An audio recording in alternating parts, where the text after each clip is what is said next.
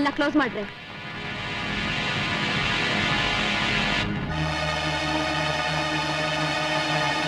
ಬನ್ರಿ.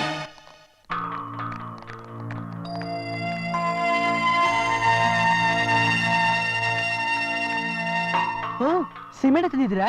ನಿಮ್ಗೆ ಹೇಗೆ ಗೊತ್ತಾಯ್ತು ಮನೇಲಿ ಗ್ಯಾಸ್ ಖಾಲಿ ಆಗಿದೆ ಅಂತ? ಅದೆಲ್ಲ ಇರ್ಲಿ, ನಿಮ್ಮಪ್ಪ ಕೊಡ್ಬೇಕಾಗಿದ್ ವರದಕ್ಷಿಣೆ ಬಾಕಿ 50,000 ತಂದ್ಕೊಟ್ರಾ?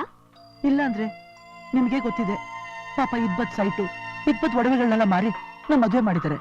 ವಯಸ್ಸಾಗಿರೋ ಮನುಷ್ಯ, ದುಡಿಯೋಕ್ ಬೇರೆ ಆಗೋಲ್ಲ, ಹೇಗ್ ತಂದ್ಕೊಡ್ತಾರೆ? ಅದನ್ನ ನನ್ನಂಥೋಳ್ ದೊಡ್ಡ ಸಂಬಂಧ ಮಾಡಕ್ ಮುಂಚೆ ಯೋಚನೆ ಮಾಡ್ಬೇಕಾಗಿತ್ತು. ಕೊಡ್ತೀನಿ ಅಂದ ವರದಕ್ಷಿಣೆನ ಪ್ರಾಣ ಒತ್ತೇಟಾದ್ರೂ ತಂದ್ಕೊಡ್ಬೇಕಾಗಿತ್ತು. ಕೊಟ್ಟ ವಾಯ್ದೆ ಎಲ್ಲ ಮುಗೀತು, ಇನ್ ನಾನ್ ಸುಮ್ನಿರಲ್ಲ. ಅಯ್ಯೋ, ಏನ್ ಮಾಡ್ತೀರಾ? ವರದಕ್ಷಿಣೆ ಕೊಡಕ್ ಆಗ್ಲಿಲ್ಲ ಅಂತ ಅಸಹಾಯಕರಾದ ಎಷ್ಟೋ ಹೆಣ್ಮಕ್ಳನ್ನ ನಿಮ್ಮಂತ ಕಿರಾತಕ ಗಂಡುಗಳು ಬೆಂಕಿ ಹಚ್ಚಿ ಜೀವಂತವಾಗಿ ಸುಟ್ಟು ಬಿಡ್ತಿರಲ್ಲ, ಹಾಗೆ ಹಾಗೆ ನಿನ್ಗೂ ಇವತ್ತು ಸೀಮಣೆ ಸುರಿದು ಬೆಂಕಿ ಹಚ್ಚಿಬಿಡ್ತೀವಿ. ಆಕಸ್ಮಿಕ ಅಗ್ನಿ ದುರಂತ ಅಂತ ಕತೆ ಕಟ್ತೀವಿ. ಅಯ್ಯೋ ಬೇಡರಿ, ದಯವಿಟ್ಟು ನನಗಂತ ದೊಡ್ಡ ಶಿಕ್ಷೆ ಕೊಡ್ಬೇಡಿ. ಜೀವನ ಪೂರ್ತಿ ನಿಮ್ ಸೇವೆ ಮಾಡ್ಕೊಂಡಿರ್ಬೇಕು ಅನ್ನೋದೇ ನನ್ನ ಆಸೆ. ಏಯ್, ಸುರಿರೆ ಸೀಮೆಣ್ಣೆನ. ಅಯ್ಯೋ ಬೇಡಿ ಬೇಡಿ, ನನಗೇನು ಮಾಡ್ಬೇಡಿ. ಅಯ್ಯೋ ಅಯ್ಯೋ ಬೇಡಿ. ಆ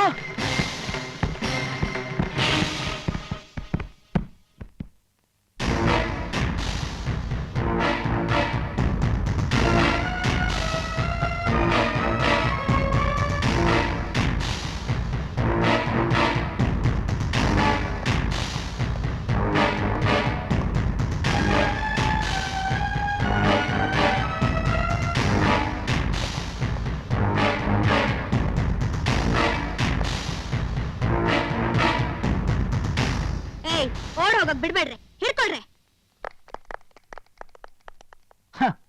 ಇವರೆಲ್ಲ ಒಂದ್ ಲೆಕ್ಕನ ನನಗೆ. ನಾನೇನು ನೀವೆಲ್ಲ ಹೆದರ್ಸ್ತೀರಾ? ನಾನು ಹೆದರ್ಕೋಬೇಕು ಅಂತ ನಾಟಕ ಆಡ್ತಿದ್ರೆ ನಿಜವಾಗ್ಲೂ ಸೀಮೆಣ್ಣೆ ಬರ್ತೀರಾ?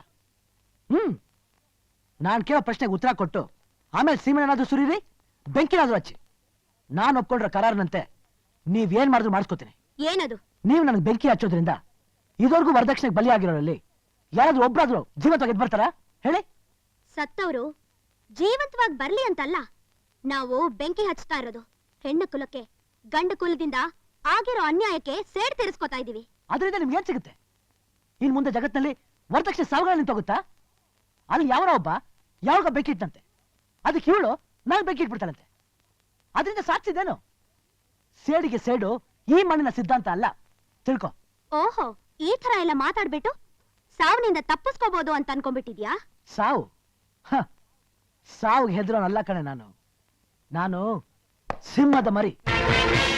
ಕೊಡೇಲಿ ನನ್ ಸಾವಿನಿಂದ ನಿಮ್ಮ ಹೆಣ್ಕುಳನೆ ಉದ್ಧಾರ ಆಗುತ್ತೆ ಅನ್ನೋದಾದ್ರೆ, ಜಗತ್ತಿರೋ ಎಲ್ಲ ಗಂಟಲು ಪಾಠ ಕಲ್ತ್ಕೊಂಡು ಈ ವರದಕ್ಷಿಣೆ ಸಾವುಗಳಲ್ಲಿ ನಿಂತೋಗುತ್ತೆ ಅನ್ನೋದಾದ್ರೆ ನಾನ್ ಸಾಯಕ್ ಸಿದ್ಧ.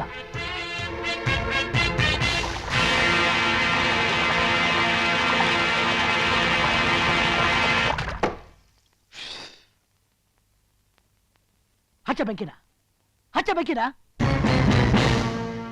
ಹಚ್ಚು. ಈ ಬೆಂಕಿಯಿಂದಾನೆ ನಾರಿಕುಲಕ್ಕೆ ಬೆಳಕು ಬರೋದಾದ್ರೆ ಬರ್ಲಿ. ರಾಜು, ನಮ್ಮ ಅಪ್ಪ ಅಮ್ಮ ಬಂದಿರೋದ ಗಾಬರಿ ಆಗ್ಬೇಡಿ, ಹೋಗಿ ಬಾಗಿಲು ತೆಗಿರಿ, ಡ್ರೆಸ್ ಚೇಂಜ್ ಮಾಡ್ಕೊಂಡ್ ಬರ್ತೀರಿ. ಬಾಗಿಲು ತೆಗಿರೆ. ರಾಜು,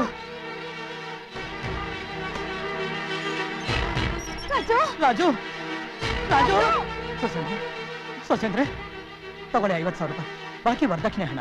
ರಾಜು ಎಲ್ಲಿ? ಸೀಮೆಣ್ಣೆ ಹಾಗೆ ಸೀಮೆಣ್ಣೆ ಸುರಿದು ಬೆಂಕಿ ಹಚ್ಚ ಬಿಟ್ರ? ಹಣನೇ ಮುಖ್ಯ ಆಯ್ತಾ ನಿಮ್ಗೆ? ನಮ್ಮ ಮಗನ್ ಸುಟ್ಟು ಹಾಕ್ಬಿಟ್ರು, ನಮ್ ರಾಜ ಬಿಟ್ಬಿಟ್ಟು. ಅಪ್ಪ ಅಮ್ಮ ಯಾಕೆ ಅಳ್ತಿದ್ದೀರಾ? ರಾಜು, ನಿನ್ ಇನ್ನೂ ಸುಟ್ಟೇ ಇಲ್ವಾ?